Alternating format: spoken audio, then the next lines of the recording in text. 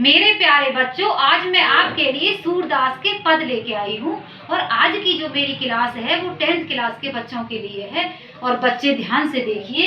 तो बच्चों, सूरदास जी ने श्री कृष्ण की बाल लीलाओं का वर्णन बहुत सुंदर ढंग से किया है, बहुत रुचिकर है। तो ध्यान से देखिए। किलकत कान घुट रोहनी आवत। तो सूरदास जी कहते हैं कि श्री कृष्ण किलकारी मारते हुए घुटुओं के बल आ रहे हैं। मन में कनक नंद के आंगन बिंब पकड़वई धावत। तो नंद जी के बनाए हुए मणियों से युक्त सोने के आंगन में बिंब पकड़वई धावत। बिंब माने परछाई को, पकड़वई माने पकड़ने के लिए, धावत माने दौड़ रहे हैं। तो श्री कृष्ण भगवान अपनी परछाई को पकड़ने के लिए दौड़ते हैं।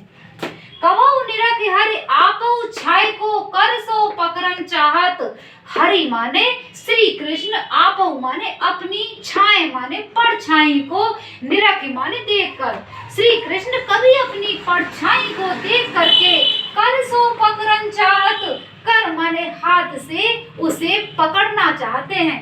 किलकत हसत राजत दे दतियां।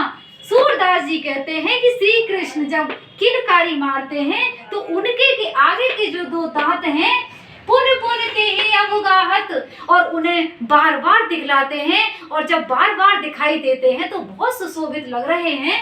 कनक भूमि पर कर पग छाया, यह उपमा एक राज थी। कनक माने सोने की भूमि पर उनकी जो छाया है, यह उपमा एक राज थी। यह जो उपमा है बहुत सुशोभित हो रही है, बहुत सुंदर लग रही है। कर कर प्रतिपद प्रतिमणि वसुधा कमल बैठ की साजती। वसुधा माने पृथ्वी ने प्रत्येक मणि में मानो कमल बैठ की साजत। उनके बैठने के लिए, श्री कृष्ण के बैठने के लिए मानो कमल सजा दिया हो। बाल दशा सुख निरखी जसोदा। तो बच्चों, श्री कृष्ण की बाल दशा को देखकर यशोदा का मन बहुत प्रसन्न हो रहा है, बहुत खुश हो रहा है।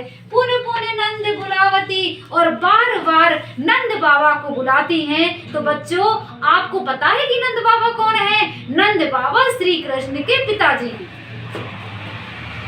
अचरा कर ले ढाक सूर्य के प्रभु को दूध प्यावती।